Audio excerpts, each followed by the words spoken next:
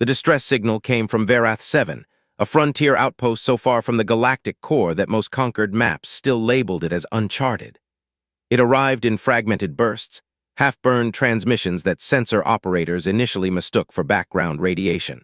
But Scout Commander Relkaz of the Dominari fleet had spent 30 years reading signals, and something in those broken pulses made the fur along his spine rise.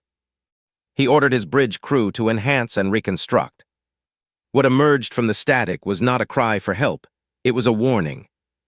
All vessels, this is Verath Station. Do not approach the anomaly. Repeat, do not approach. It is not a derelict. It is not dead. We made that mistake. Do not. The transmission ended there. Relkaz sat in his command chair for a long moment, the silence of his bridge pressing against him like deep water. Around him, 22 officers stared at their consoles, waiting. He was the kind of commander who never showed fear. He was, at this moment, afraid. He ordered the fleet to advance. Verath 7 came into sensor range 6 hours later, and the first thing Relkaz noticed was what was missing. The Verath asteroid belt, a dense, churning ring of rock and iron that had made the system notoriously difficult to navigate, had been partially cleared.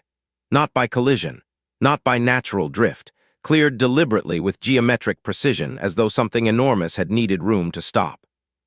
The second thing he noticed was the marathon. His senior analyst, a young Dominari female named Vesa, read the initial scan results aloud, her voice climbing half an octave with each line. Object is approximately 41 kilometers in length, width at midpoint 9 kilometers. Mass signature is, she paused, recalibrated, paused again. Commander, the mass signature is consistent with a small Class 4 moon. Nobody spoke. Relkaz leaned forward in his chair and studied the visual feed. The marathon hung against the stars like a continent that had decided to go for a walk. Its hull was the color of deep iron, not the polished silver of Dominari warships, not the elegant white ceramic of Velhari cruisers, but the dark, scarred, unhurried gray of something that had been built to last and knew it. Running lights traced its spine in dim amber. Its engines were cold. Its weapons were, as far as their sensors could tell, retracted. It looked, for all the world, like a sleeping animal. "Any response to our hails?" Relkaz asked. "None, sir." "Life signs?" Vesa hesitated. "Approximately 43,000, sir." The bridge went very quiet. 43,000. A Dominari warship of the first class carried 800 crew. Even their largest orbital platforms, decade-long construction projects, pride of the fleet, housed no more than 12,000. Whatever this vessel was, it did not carry a crew. It carried a population. Embedded with the fleet as a diplomatic observer, Suan of the Velhari stood at the rear of the bridge, her four-fingered hands folded behind her back, her large, pale eyes fixed on the visual feed. She was one of the Concord's finest diplomatic minds, assigned to this mission as a formality. Nobody had expected anything more interesting than a malfunctioning relay station. Now she quietly opened her personal recorder and began documenting. She wrote, "The vessel does not broadcast, it does not maneuver, it does not respond. It simply exists with the confidence of something that has never needed to announce itself." Relkaz ordered close approach. His fleet, 400 warships, the finest the Dominari Empire had ever assembled, began to tighten around the marathon in a formation designed to overwhelm anything in the known galaxy. They moved slowly, cautiously, as if some instinct, ancient, wordless mammalian, was warning them all to step carefully around something sleeping. At 300 kilometers distance, the marathon's running lights changed. The amber along its spine shifted, slowly, without urgency, to a steady, unwavering white. Vesa looked up from her console, her voice barely above a whisper. "Commander, I think it sees us." Relkaz stared at the massive ship on the view screen. In 40 years of military service, he had faced down dreadnoughts, survived supernovae, negotiated with species that communicated through pain. He had never, not once, felt what he felt in that moment. Small. He felt very, very small. He straightened in his chair, smoothed his uniform, and ordered the comm channel opened. "Unidentified vessel," he said, his voice carrying every gram of authority he had spent a lifetime building. "You are surrounded by the Dominari war host. Identify yourself and state your intentions." The channel hummed with static. Then, from 43,000 lives packed into 41 kilometers of iron and will and human engineering, a single voice answered. It was a woman's voice, unhurried, almost warm. "This is Captain Yara Osai of the UES Marathon, Titan-class deep engagement vessel, United Earth Navy. Welcome to Verath 7, Commander. We've been expecting someone to come and take a look." She paused. "I've put some coffee on. This might take a while." Relkaz stared at the comm panel. Around him, his officers exchanged glances, the universal expression, across every species, of people who suspect they have badly miscalculated something. Suan, at the back of the bridge, added a single line to her notes. They were not afraid, not even slightly. Admiral Voss Herrick did not believe in hesitation. He had built his reputation, and the Dominari fleet's fearsome name across 6 galactic conflicts, on one simple principle: decisive force applied early wins everything. He had watched Relkaz's initial contact footage 3 times in his private command suite aboard the flagship Eternal Dominion, and each time he watched it, the cold knot in his chest tightened slightly. Not from fear. Voss HFY did not permit fear. From something he might, in a more honest moment, have called recognition. He had seen creatures like this before. Not the ship, nothing like the ship, but the posture. The particular stillness of something that doesn't move because it doesn't need to. He had seen it once in a prey beast on his homeworld, a creature called the Grath, enormous, slow-looking, utterly unbothered by the hunting party surrounding it. They had lost 6 soldiers that day before the beast finally, almost regretfully, walked away. He pushed the memory aside and ordered his fleet to combat formation. 400 ships arranged themselves around the Marathon in a sphere of steel and firepower. It was, by any objective measure, the most overwhelming show of force the Dominari Empire had ever assembled against a single target. Capital ships, destroyer screens, siege platforms designed to reduce planetary surfaces to glass. All of it, every gun, every torpedo, every lance and beam and kinetic rail, aimed at one vessel that had still not moved. Voss HFY opened a fleet-wide channel. "All units confirm weapons hot." 400 confirmations came back in under 10 seconds. He straightened his admiral's coat, a gesture he had performed before every engagement of his career, and keyed the direct channel to the Marathon. "Human vessel." His voice was the voice of an empire, deep, measured, absolute. "You are surrounded and outgunned by a ratio we consider generous to compute. You will power down all systems, extend docking umbilicals, and prepare to receive a Dominari boarding party. You have 90 seconds to comply before we reduce your vessel to component atoms. This is not a negotiation." The channel was open. The entire fleet was listening. Silence stretched for 10 seconds, 20, 40. Then Captain Osai's voice returned, and the thing that bothered Voss HFY most, the thing he would think about for years afterward, was that she sounded precisely the same as she had in the first transmission. No tension, no urgency. Not the performed calm of someone hiding fear, but the genuine, settled ease of someone who had assessed the situation and found nothing in it to worry about. "Admiral Voss HFY," she said, and she pronounced his name perfectly, which meant she had done her research. "I've read your service record. 29 engagements, 29 victories. That's genuinely impressive, and I mean that without sarcasm. So I'm going to do you a courtesy that I don't extend to everyone." A brief pause. The sound of something ceramic being set down, a cup perhaps. "You have 60 seconds to reverse course and withdraw your fleet to a distance of 10,000 kilometers. After that, the courtesy expires." Voss HFY stared at the comm panel. Around him, his bridge officers were very still. Then from somewhere to his left, a junior weapons officer let out a short, sharp sound that might have been a laugh.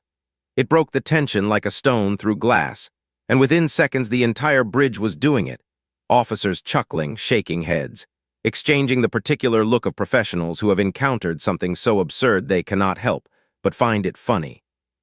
Voss HFY did not laugh, but he allowed himself a thin smile. "Open fire," he said. "All batteries, full saturation." What happened next would later be described, by those who survived it, as the most beautiful and most terrible thing they had ever witnessed. 400 ships fired simultaneously. The space between the fleet and the Marathon became a solid thing, a wall of light and energy and superheated plasma so dense that sensors briefly lost the ability to distinguish individual weapon signatures. Torpedoes by the thousand. antimatter lances, mass driver slugs traveling at fractional light speed. The combined output of an empire's finest weapons, compressed into a single, sustained, overwhelming volley directed at one target. The Marathon sat in the center of it and took it. For 6 seconds, Vas HFY counted. The great ship was invisible, swallowed by the firestorm. Every impact indicator on every console across the fleet screamed positive hits. The energy readings were extraordinary. By every calculation his tactical systems could perform, nothing in the known galaxy could survive that volume of fire. Then the energy readings began to drop. Not because the firing had stopped, they were still firing, but because the Marathon's hull was absorbing it, bleeding it, dispersing it across a surface so vast and so layered that the energy had nowhere to concentrate, nothing to pierce, nothing to exploit. When the smoke cleared, when the sensors recalibrated and the view screen stabilized, the Marathon was still there. Its hull was warmer. There were scorch marks along its forward sections that hadn't been there before. One of its secondary antenna arrays had been sheared away, and a long gouge had been carved into its port flank, exposing something beneath the outer armor that glowed a dull, angry red. It had sustained damage, cosmetic, minor, infuriating damage. And then, slowly, with the vast, unhurried dignity of a continent rearranging itself, the Marathon turned around. Not to flee. Its engines weren't even at half power. It turned the way you turn when you've been sitting with your back to something and have decided, finally, to face it properly. Its main forward batteries rotated into position. Systems that had been dark and cold began to illuminate on the Dominari sensor feeds, weapons signatures unlike anything in their database, energy readings climbing past every scale their instruments were calibrated for. Vas HFY's thin smile was gone. Relkaz, listening from his own bridge, found that he had gripped the arms of his command chair hard enough that the material had cracked. Suan wrote one line. They turned around, not away, toward. In the hours that followed the first exchange, before the Marathon responded with its own weapons, something extraordinary happened aboard the Dominari fleet. The engineers started talking. It began with a single transmission, from Chief Engineer Pockvel aboard the destroyer Steadfast Claw, sent on the technical frequency that fleet engineers used for maintenance chatter. It was not meant to be fleet-wide. It was not meant to be recorded. It was an engineer talking to other engineers, the way engineers do when they encounter something that breaks their understanding of the world. I've been running the impact absorption numbers for the last 20 minutes, Pockvel transmitted, her voice carrying the particular quality of someone doing math they don't trust. Our full volley, all 400 ships, delivered approximately 4.7 exajoules of energy to that hull in 6 seconds. For reference, that's roughly twice the energy released by our largest planetary bombardment on Keth 4. The hull temperature on the Marathon rose by 41 degrees. 41 degrees. I need someone to tell me I'm wrong, please. Someone tell me I'm wrong. Nobody told her she was wrong. Within 10 minutes, every technical channel in the fleet was alive with engineers, physicists, and weapons analysts comparing their sensor readings, running their own calculations, and arriving at the same conclusion from different directions. The Marathon's armor was not a conventional system. It was not reactive plating, electromagnetic shielding, or any variant of the dispersal technology known to the conquered. It was something else, something layered so deeply and engineered so carefully that it appeared to function as a kind of conversation between materials, each layer speaking to the next about the energy it received and collectively deciding what to do with it. Suan, who had quietly patched herself into the technical channel from her station on Relkaz's bridge, listened to all of it and began writing rapidly. She was not an engineer. She was a diplomat and a scholar of civilizational behavior, and what she was hearing was not to her a technical puzzle. It was a story. She had spent 40 years studying how species expressed their values through their technology. What a civilization chose to build first, she had always argued, told you everything about what they were afraid of and what they believed in. The Dominari had built their weapons first. Faster, she thought, brighter, more devastating, more visible. Their weapons were their signature, their identity, their answer to the question of how they wished to be known in the galaxy. The humans, it appeared, had built their armor first. She wrote, consider what this means. Before they built the guns, before they solved for offense, they solved for survival. Every centimeter of that hull is the physical expression of a species that decided at some foundational level that the first thing worth engineering is the ability to endure, to absorb, to remain. She paused, then added, "They did not build the armor to protect the ship. They built the ship to carry the armor. The architecture is inverted. The armor is the vessel. Everything else exists inside it." The analysis was confirmed, in purely technical language, by the fleet's own analysts. The Marathon's outer hull was a composite of 17 distinct material layers, each performing a different function. The outermost, a dark, slightly textured surface that had given the ship its iron appearance, was a kinetic redistributor, a material of almost unimaginable density that converted physical impacts into lateral force and spread it across the hull's surface area. Beneath it was an electromagnetic dampening mesh that absorbed directed energy weapons and bled their charge into a network of superconducting channels that ran the full length of the ship. Beneath that was a self-repairing ablative layer, a material seeded with repair nanites that immediately began reconstructing damaged sections. Then another kinetic layer. Then another dampening mesh. Then a thermal dissipation system. Then structural foam, smart-bonded and self-tensioning, designed to maintain hull integrity even under stresses that would collapse the frame of any other ship in known space. 17 layers, kilometers thick in the most critical sections. And beneath all of it, protected by everything above as though by a fortress inside another fortress, was the crew. The 43,000 human beings who lived and worked inside the Marathon, separated from the void and from the guns of 400 enemy warships by more armor than most species put in their entire planetary defense grids. Pockvel sent one final transmission on the technical channel before it was shut down by Fleet Command, who had realized, too late, how demoralizing the conversation had become. "I just want to note," she said quietly, "that the gouge our full planetary bombardment equivalent volley carved into that hull. Based on the depth readings we got through Layer 2, we didn't touch Layer 3.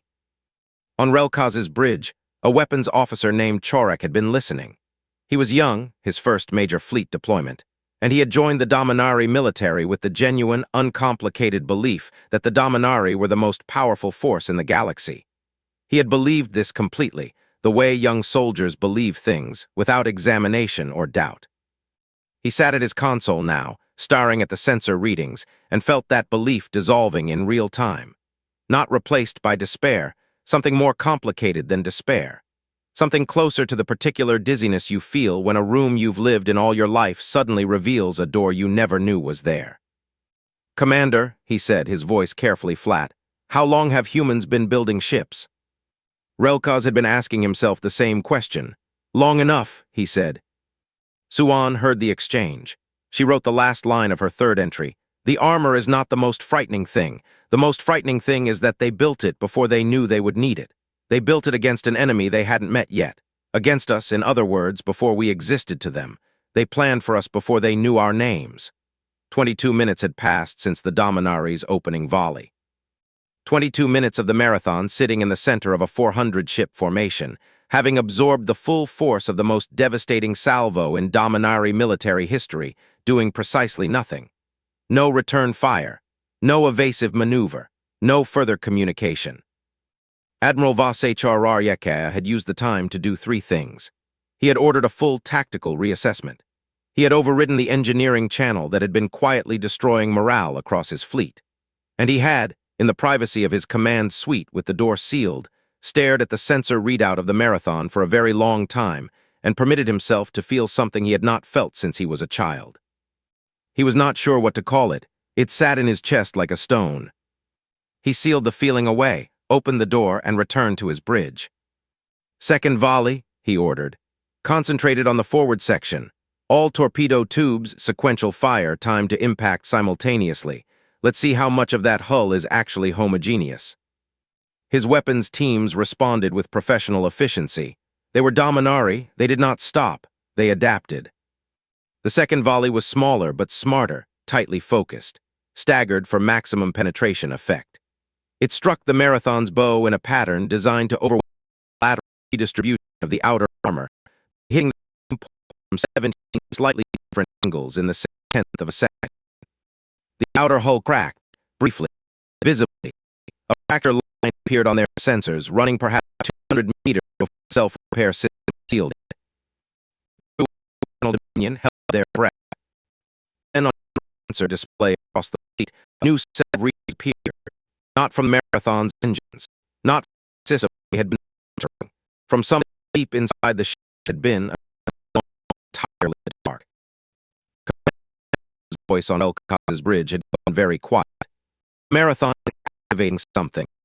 Flank section. It's I don't recognize the configuration. Energy reading stopped. Commander, the energy single array on that ship exceed our entire fleet's without combined. One battery. Many Marathon carried along its 41-kilometer length. Nobody said anything. The array rotated, slowly, precisely, with the deliberateness of something that has all the time in the world because it has never needed to hurry. It found its targets, and here was the thing that Relkaz would replay in his mind for years, the thing that separated this engagement from every other battle he had ever witnessed. The targeting was not scattershot. It was not the saturation fire of a force trying to inflict maximum damage. It was the careful, point-specific selection of a force that knew exactly what it was doing and was choosing, very deliberately, to do something less than what it could. The array fired 4 times. The first shot took the steadfast Claw, the destroyer from which engineer Pockvel had sent her transmissions, and removed its engine block with surgical exactness. The Claw tumbled, losing power, its crew alive, its hull intact, its weapons destroyed. The second shot hit the siege platform, Divine Reckoning, at the precise junction between its main gun assembly and its power core. The gun went dark, the ship kept power, the crew was fine. The third and fourth shots took 2 Dominari capital ships simultaneously. Their sensor arrays, their weapons, their drives, leaving both vessels as inert hulks drifting harmlessly in formation. 4 shots, 4 ships neutralized, 0 casualties. The engagement lasted less than 8 seconds. Then the Marathon went quiet again. Voss Herrick stood on his bridge, watching the readouts, and understood with the sudden, terrible clarity of a very experienced military mind what had just happened. The Marathon hadn't attacked. It had answered a question. His fleet had asked, "What are you capable of?" And the Marathon had shown them the lowest end of the range. It had used 1 battery. It had fired 4 times. It had chosen its targets with such precision that he now knew with absolute certainty that if it had chosen differently, if it had aimed slightly differently, hit slightly differently, 4 ships would not be drifting. They would be debris. It was not demonstrating power. It was demonstrating control, which was infinitely worse because control implied choice, and choice implied that everything that had happened so far had been permitted. The Dominari fleet had not been fighting the Marathon. They had been visiting it, and the Marathon had been deciding, moment by moment, how much of itself to reveal. Chorak, the young weapons officer on Relkaz's bridge, looked at his commander. "It's hurting us," he said. His voice was very young. "Sir, it's not fighting us, it's hurting us." Relkaz said nothing. Suan was writing again. Fast now, with urgency, because she could feel the shape of something enormous, and she wanted to catch it before it slipped away. The guns did not wake up in anger. This is crucial, the guns did not wake up in anger. They woke up the way a person wakes up when something has finally demanded their attention. There is a difference between a weapon of war and a weapon of correction. What I witnessed today was the latter. 4 shots, 0 deaths, maximum message. The Marathon does not want to destroy this fleet. It wants to educate it. She paused, then wrote 1 final line for that entry. "I am becoming certain that the most dangerous thing about this ship is not its guns or its armor. It is its patience." Relkaz made the call himself. He did not consult Voss HFY. He did not request permission through the chain of command. He simply looked at the tactical display, at the 4 drifting hulks, at the remaining 396 ships of the war host, at the Marathon sitting in the center of them all like a mountain that had grown bored of waiting, and he keyed the direct channel. "Marathon," he said, "this is Commander Relkaz. I am requesting a direct communication with your commanding officer, not a demand, a request." The response came in under 3 seconds. "Commander Relkaz." Captain Osai's voice was the same as it had been in the first transmission, calm, present, unhurried. "I've been hopping, you'd call, go ahead." He had prepared questions. Tactical questions, diplomatic questions, the careful language of an officer trying to extract information while revealing as little as possible. He opened his mouth to deliver the first of them and found that what came out instead was something much more honest. "What are you?" A brief pause, not hesitation, consideration. "A deep engagement vessel, Titan class. The Marathon is the third of her kind completed and commissioned by the United Earth Navy." Another pause. "She's also currently the most decorated ship in the fleet, if that's relevant." "Third of her kind," Relkaz repeated. "How many exist?" "Currently commissioned?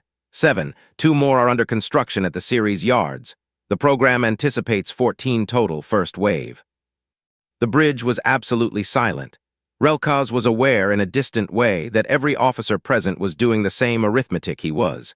One ship had absorbed their full planetary bombardment equivalent volley and answered with 1 battery and 4 shots. 7 of these ships existed. 14 were planned. "Why?" he asked, and he meant it as a tactical question, but it came out as something closer to philosophical. "That's a good question," Osa said, and she sounded like she meant it. "The short answer is that Earth spent several hundred years being afraid. Of ourselves mostly, we're very good at fighting each other, which I say without any pride. Then we got out into space and discovered we weren't alone, and the fear got redirected. We spent a long time wondering if something out here was going to come for us." A pause. "So we built the thing that would make us stop being afraid. Titan class. The answer to the question of what happens if someone comes for Earth. And if no one came? Then we'd have 7 very large ships and nothing to use them for, which honestly would have been ideal." Her tone was dry but not unkind. "Commander, can I ask you something?" He was startled. "You may." "Why did you fire first? I gave you 60 seconds. You had options." Relkaz considered lying. He was very good at it. He looked at the 4 drifting ships on his tactical display and decided, for reasons he couldn't fully articulate, that dishonesty felt wrong here. Like bringing a knife to a conversation with someone who could dissolve knives. "Because you didn't seem afraid," he said. "And in my experience, something that doesn't seem afraid of the Dominari warhost is either very stupid or very dangerous. We needed to know which. And now you know. And now we know." "For what it's worth," Osai said, "the 60 seconds was genuine. I would have preferred you to take it. The 4 ships we disabled, their crews are fine. We'll render assistance if you want to send recovery vessels. And I want to be clear that this engagement, as far as the Marathon is concerned, is over. We're not interested in pushing further." At the back of the bridge, Suan had set down her recorder. She was listening now with no filter, no analytical layer, just listening. The way she'd listened when she was a child, and the world still had the capacity to genuinely surprise her. She had spent 40 years studying civilizations. She had met species that communicated through pheromone cascades and species that experienced time nonlinearly, and species so ancient that their language had become purely mathematical. She thought she had developed a reasonable immunity to being astonished. Captain Osai's voice, steady, human, utterly without malice, was dismantling that immunity in real time. "Captain," Relkaz said carefully, "you said the Marathon is the answer to what happens if someone comes for Earth, but no one has come for Earth." "Not yet," Osai said. "But you built this anyway." "We built 7 of them, and we're building 7 more." A pause. "Commander, humanity has a saying, an old one from before we even had the concept of space travel. If you want peace, prepare for war." We took that seriously, very seriously. Possibly, and I acknowledge this as a legitimate criticism, more seriously than was strictly necessary. Relkaz thought about the 17 layers of armor. He thought about the surgical precision of 4 shots from 1 battery. He thought about the 43,000 people living inside this ship, going about their lives in corridors and crew quarters, and probably cafeterias and engineering bays, all of it wrapped in more armor than his civilization had produced in its entire military history. "Your people," he said slowly, "have been planning for this conversation for a very long time. For about 300 years, give or take," Osai said. "We just weren't sure who we'd be having it with." Suan picked up her recorder. She wrote. She said it without threat and without apology. 300 years of preparation for a war that hadn't started against an enemy they hadn't named. And the result was a vessel that, in its first engagement, disabled 4 ships without killing anyone and then offered to help with repairs. I am beginning to understand that I have been studying civilizations wrong. I have been asking what a civilization fears. I should have been asking what it loves enough to protect this carefully.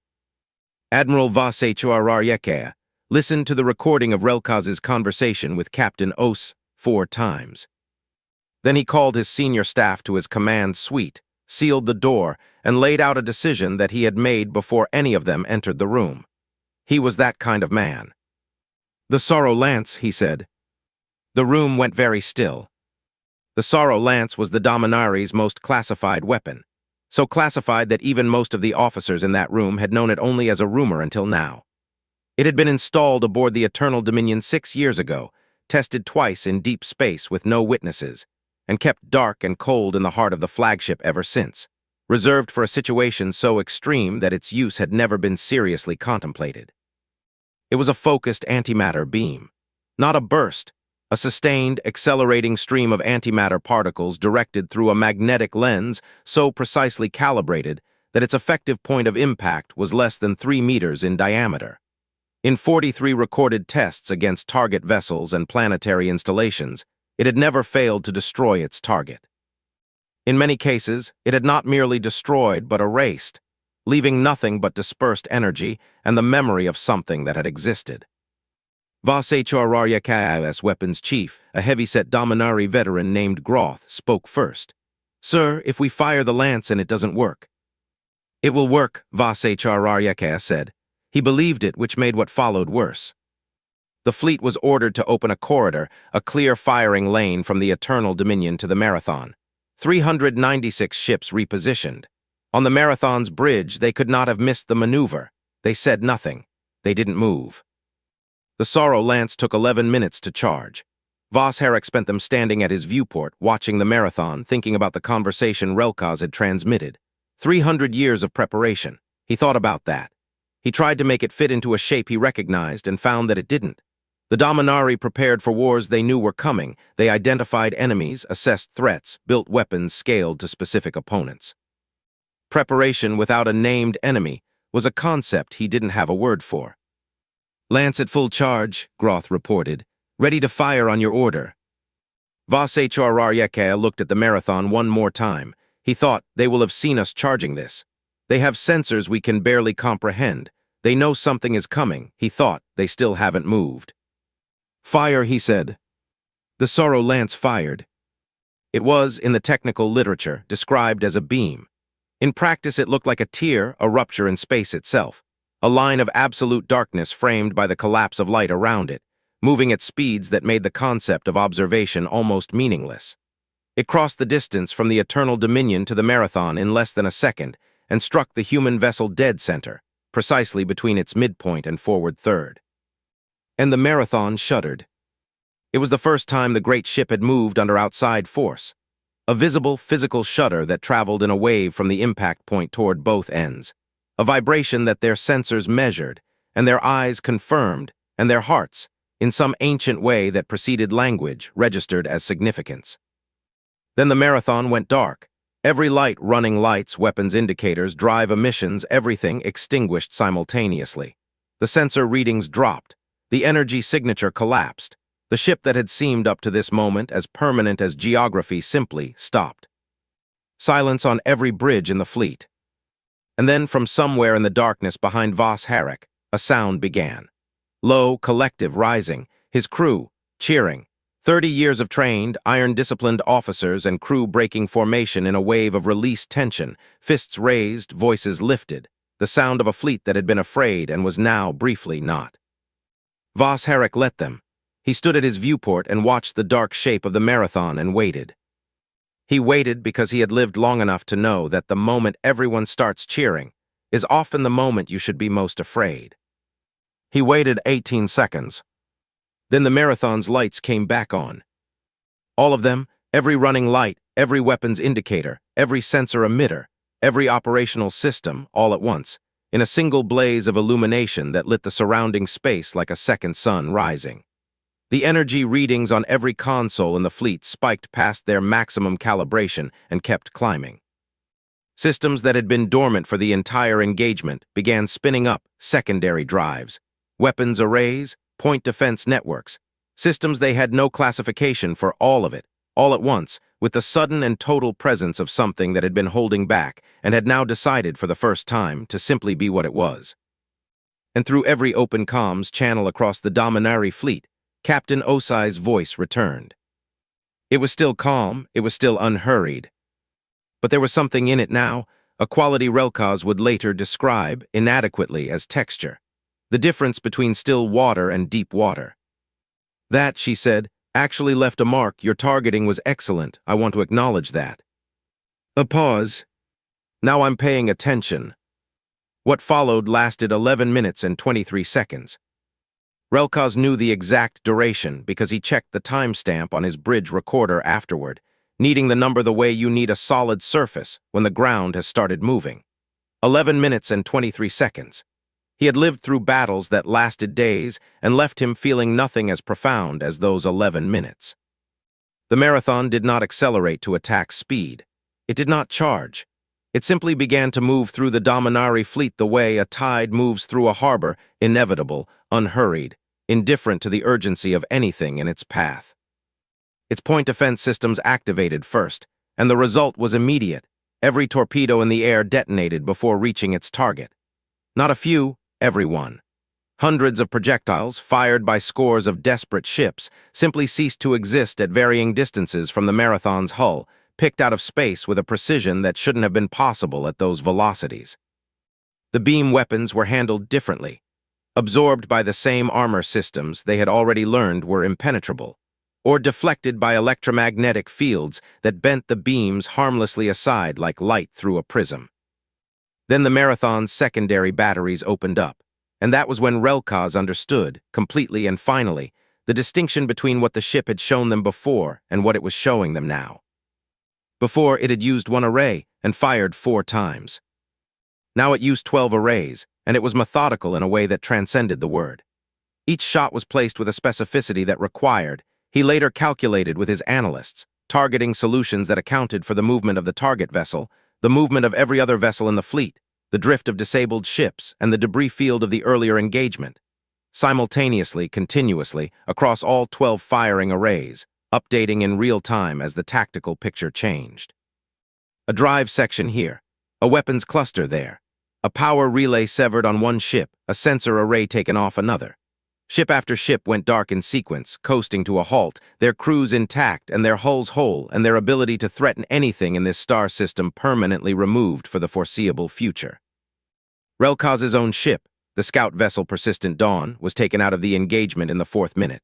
A single shot to his engine manifold, clean enough that the structural integrity of the hull was uncompromised. The lights stayed on.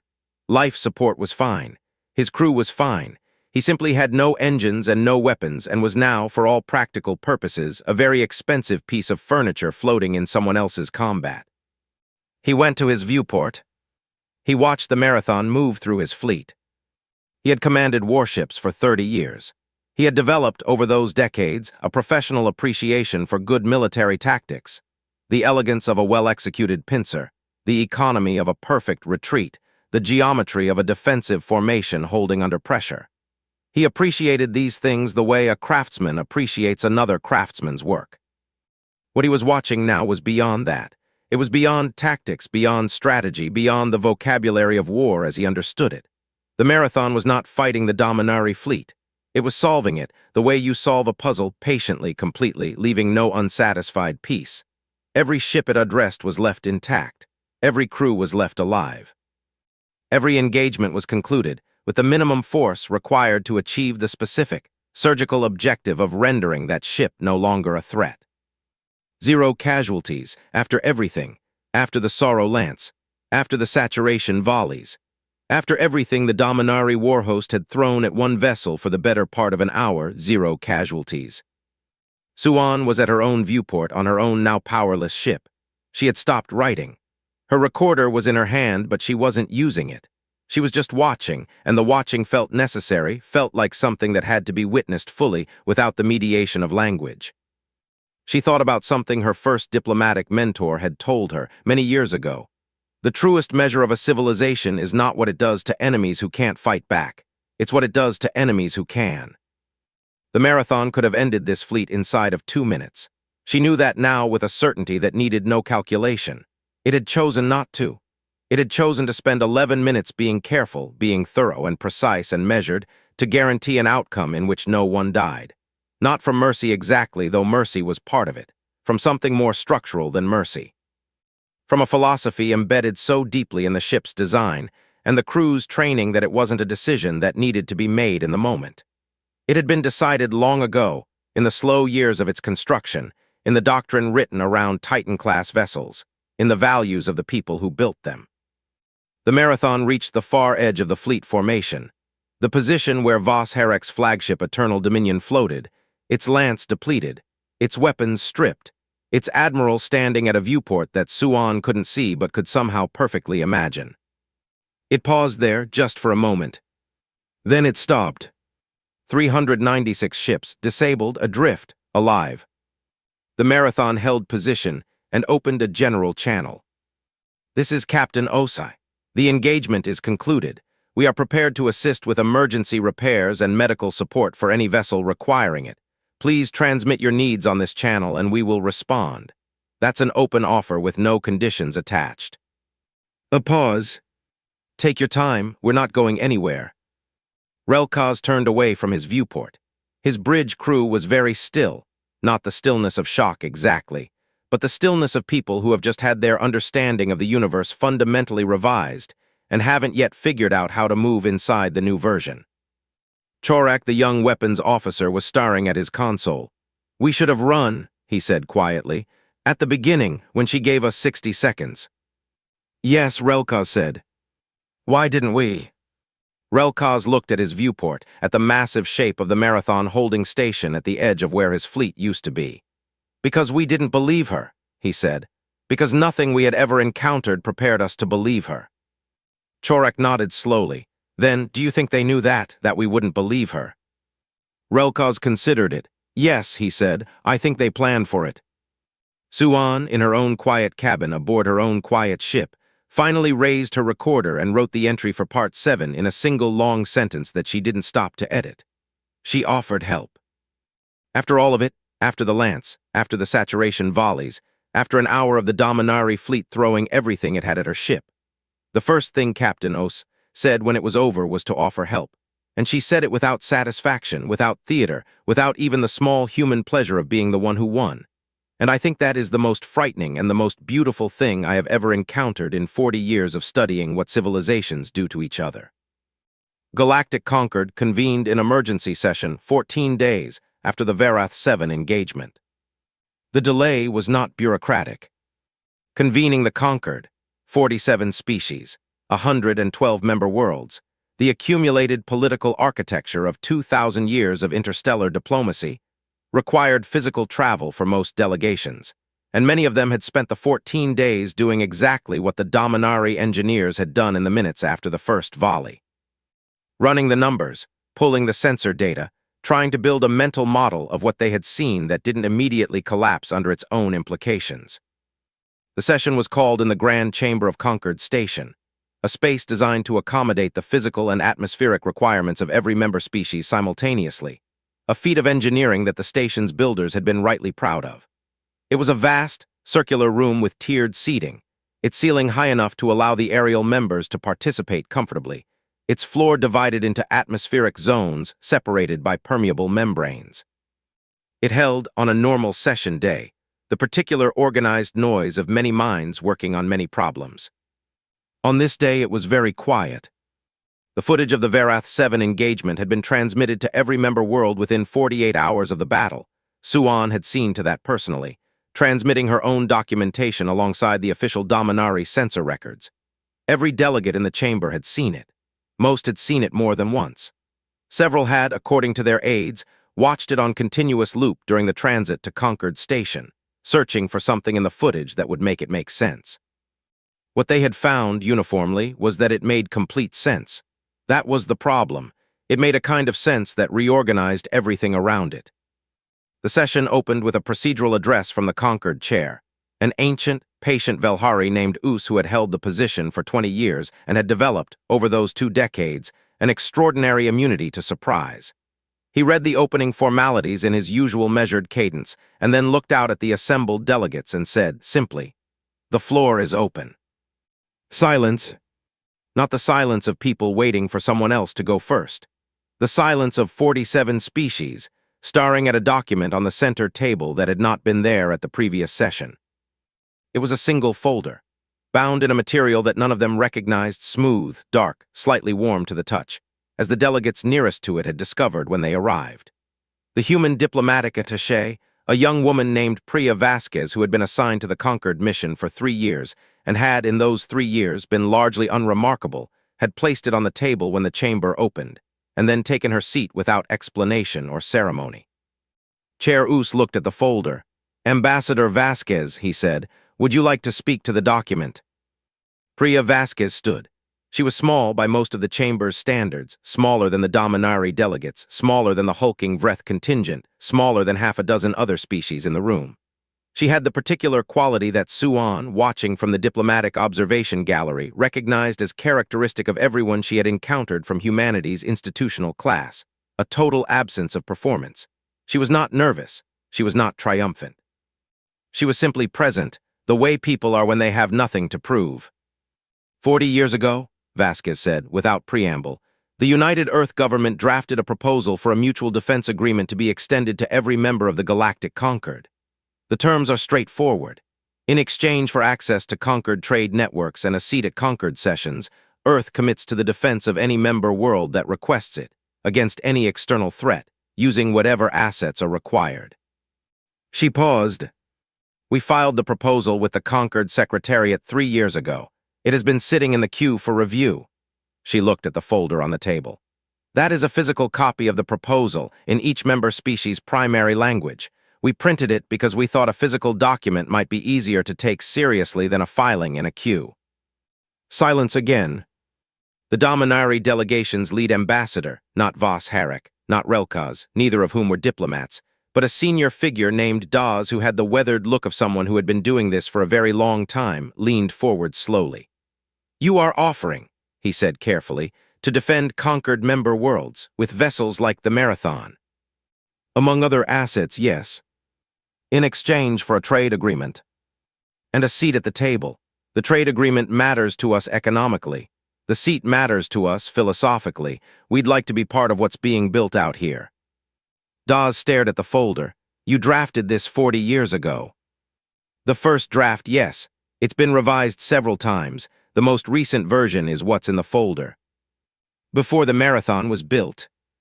The Marathon was commissioned 23 years ago, so yes, before the Marathon. The policy preceded the ship." Dawes sat back. He looked at his hands for a moment with the expression of a man recalculating something fundamental. "You built the ships," he said slowly, "to make the offer credible, not the other way around." Vasquez looked at him steadily. "We built the ships because we believe that if you're going to make a promise, you should be able to keep it." The chamber was quiet for a long time. Suan, in the observation gallery, had her recorder in her hand. She had been writing notes throughout, a habit of 40 years that she couldn't have stopped if she tried. But she paused now, her stylus hovering over the surface, and looked down at the chamber below. 47 species, 112 worlds, 2,000 years of interstellar civilization, of war and treaty and trade and discovery, of the slow, grinding work of learning to share a galaxy. All of them sitting in silence around a folder on a table, looking at it with the expression of people who have just been handed something they didn't know they were waiting for. A Velhari delegate to Suan's left murmured, almost to herself, "They've been carrying this the whole time." Suan wrote her final entry. The Concord adopted the Mutual Defense Agreement by unanimous vote, which had not happened in 11 years. The process took 4 hours. Most of the time was spent not on negotiating terms. The terms, as Ambassador Vasquez had noted, were straightforward, but on the delegates asking questions. Not tactical questions, not political questions. The questions they asked were the kind you ask when you are trying to understand a thing from the inside. Why did you build them this way? What does it mean to you? What were you afraid of? What do you hope for? Captain Osai was patched in via long-range communication for part of the session, from the bridge of the Marathon, which was still at Verath 7, assisting with repairs to the Dominari fleet. She answered every question with the same quality I had first noticed in her transmissions. The particular honesty of someone who has thought about something for a very long time and arrived at answers they believe in. After the vote, the chamber was quiet again. Not the stunned silence of the beginning, something different. The specific quiet of a room in which something important has been decided and everyone present knows it. Chair Oos looked at Ambassador Vasquez and said simply, "Welcome to the table." Vasquez nodded. Then she said with the faintest possible edge of dry humor, "We've been standing outside for 40 years. It's good to sit down. I have spent my career documenting first contacts, diplomatic breakthroughs, civilizational turning points. I have written hundreds of thousands of words about the moments when histories change direction. I know with the confidence of a person who has seen many such moments that this was one of them. Not because of the ships, though the ships are extraordinary. Not because of the battle, though the battle will be studied for generations. Because of the folder on the table. Because of the 40 years of preparation. Because of the 60 seconds they offered before opening fire and the medical assistance they offered after, and the fact that both of those things, the warning and the mercy, came from exactly the same place in exactly the same philosophy. Humanity arrived at the galactic conquered the way the marathon arrived at Verath 7, already decided, already prepared, already certain at some foundational level of what they were for and what they were willing to do and what they would never do. Waiting with enormous patience for the rest of us to be ready for the conversation. They were not speechless, we were. We were speechless. And perhaps that is exactly as it should be. And